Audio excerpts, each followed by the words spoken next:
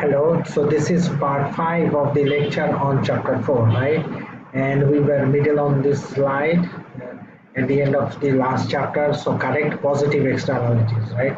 So we now, the third way, as we said, to produce good, to increase supply of goods that have positive externality is government provision.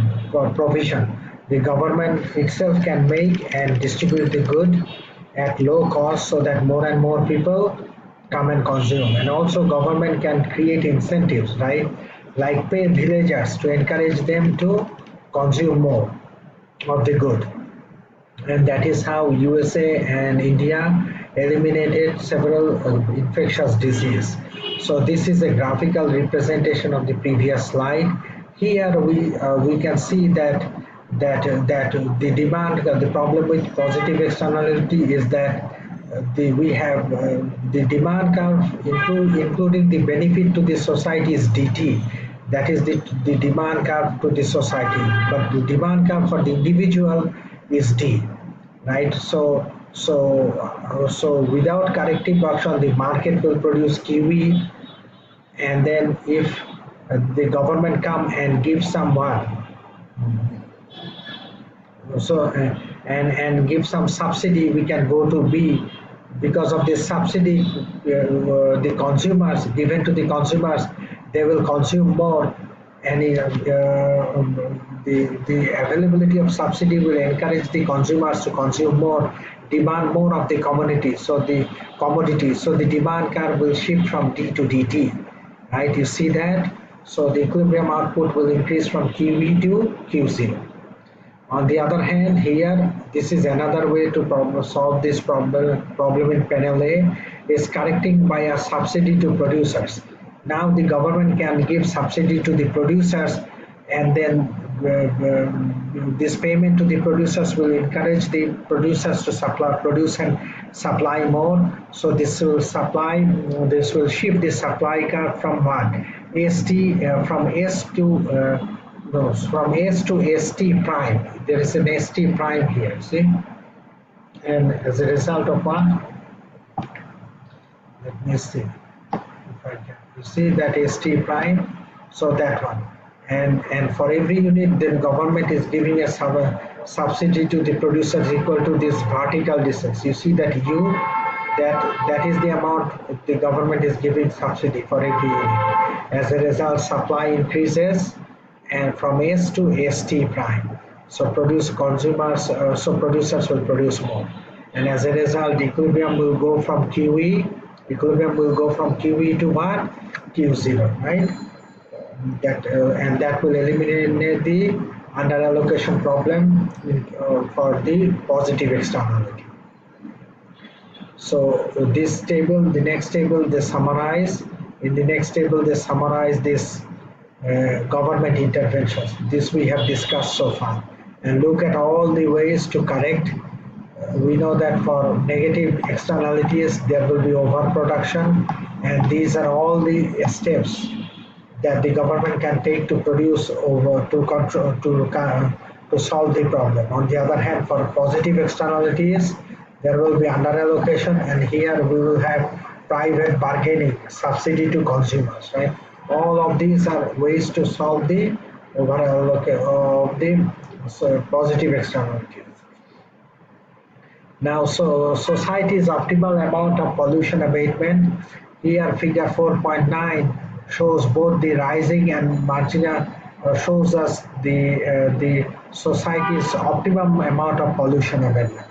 So here in figure 4.9, we have the marginal cost curve, AMC for pollution reduction activities, and this marginal cost curve is going up. Look at that red curve, that upward sloping red curve.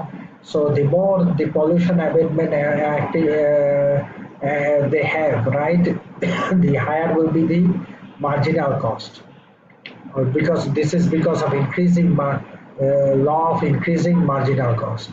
You have more and more of, you do more and more of some activity, the marginal cost will go up.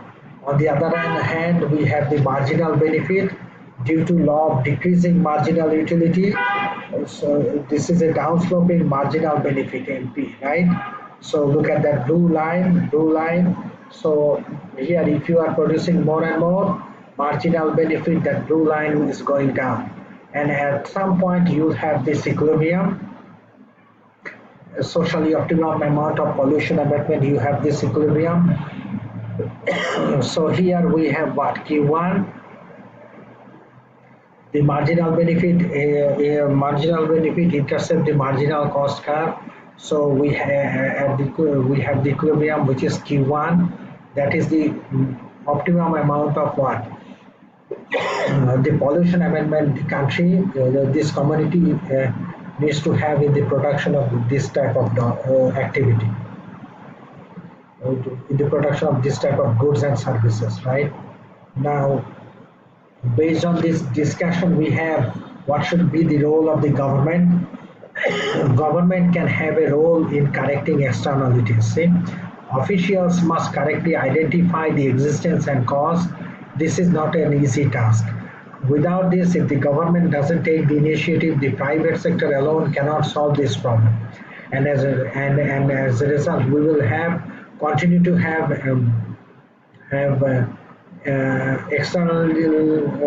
externality problem and external under allocation problem for positive externality and over allocation problem for negative externality.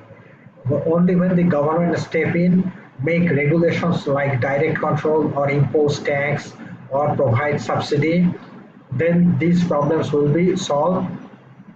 Politicals also play a role in here, because to make regulations you need to make a law the support of the politicians. So economics role of the government can be difficult, inefficient. What is the incentive for the government to be efficient? Ideally, in a democratic society, the government is under pressure to be efficient, because if they do not, then in the next election they will lose power and they will be replaced.